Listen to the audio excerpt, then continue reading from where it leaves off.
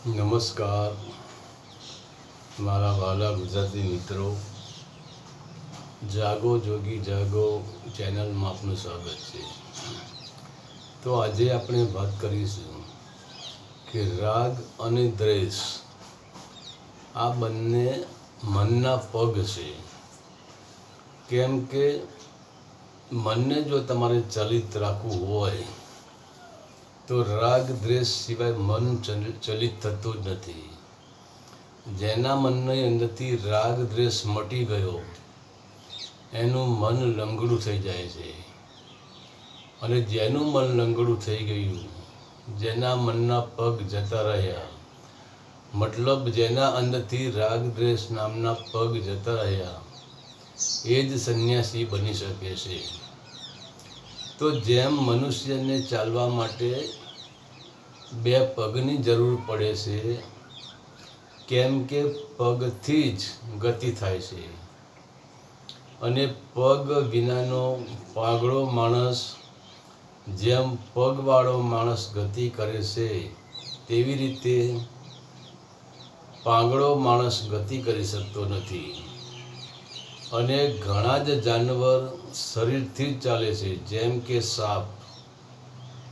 તો સાપને પરમાત્માએ જેવો બનાવ્યો છે તેવું એને મંજૂર છે.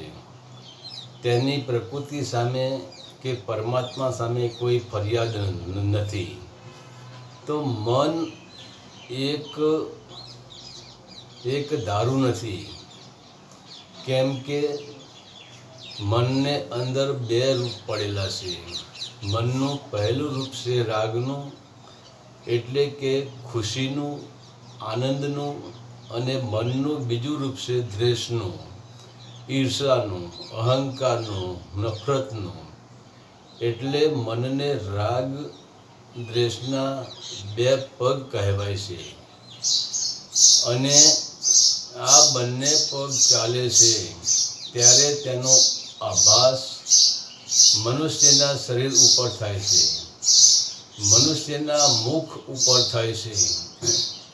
તો મનના એક પગલો ખુશી અને આનંદના ભરેલા છે, અને મનના બીજા પગમાં ઈર્ષા, નફરત અને અહંકાર ભરેલો છે.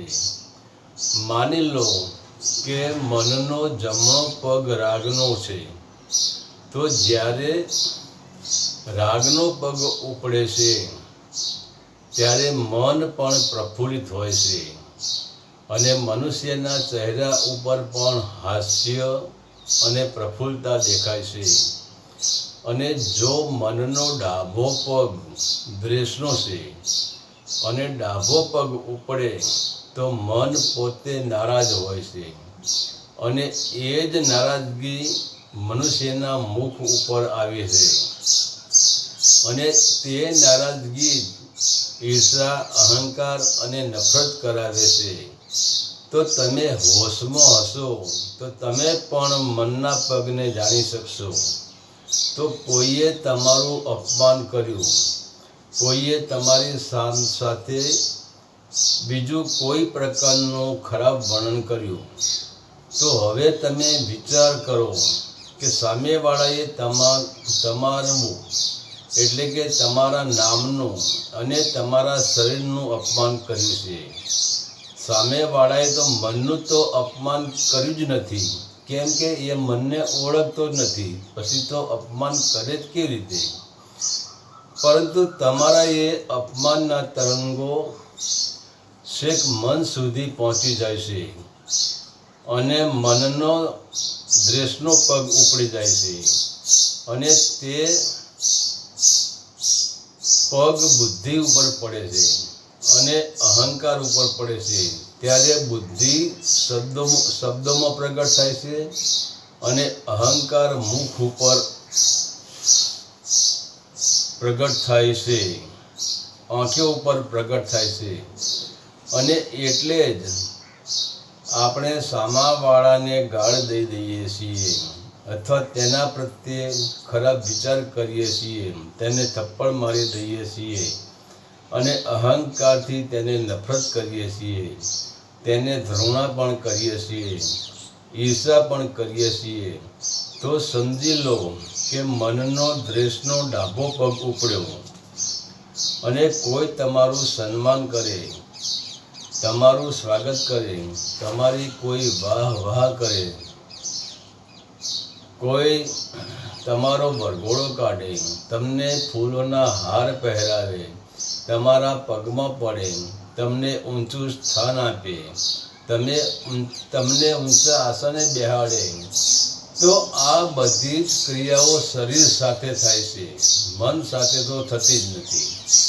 પરંતુ તેના તરંગો મન સુધી પહોંચી જાય છે અને મનનો જમણો પગ રાગનો એટલે કે આનંદનો પગ ઉપડે છે, તો બુદ્ધિ સામેવાળાને આશીર્વાદ આપે છે. અહંકાર આનંદમાં ફરી જાય છે અને આખું શરીર પ્રફુલ્લિત કરી દે છે. તો હવે જ્ઞાનીઓ માટે કે પછી જેની ભાવના સ્વયંને જાણવાની છે, જેનામાં સ્વયં મને જાણવાની તાલાવેલી છે, જેનામાં લગ્ન છે, તેવા પુરુષને તો મનના આ બંને પગમાંથી એક પણ પગની જરૂર નથી. તેને નથી રાગની જરૂર કે નથી દ્વેષની જરૂર, કેમ કે તેમાં અપંગ મનની જરૂર છે, જેથી તે ન રાગમાં ચલાયમાન થઈ શકે, ન દ્વેષમાં ચલાયમાન થઈ શકે અને પોતાની યાત્રામાં એને સફળતા મળે. તો મનુષ્યને ભક્તિના માર્ગમાં સફળતા ક્યારે મળે છે? કે જ્યારે મનના બે પગ કપાઈ જાય, રાગનો પગ કપાઈ જાય અને દ્વેષનો પગ કપાઈ જાય, મન પોતે અપંગ થઈ જાય, તો જ સ્થિર મન બને છે. અને સ્થિર મન બને તો જ સંન્યાસીનો રસ્તો સીધો બને છે. હરિ ઓમ તત્સત. આદેશના પ્રણામ.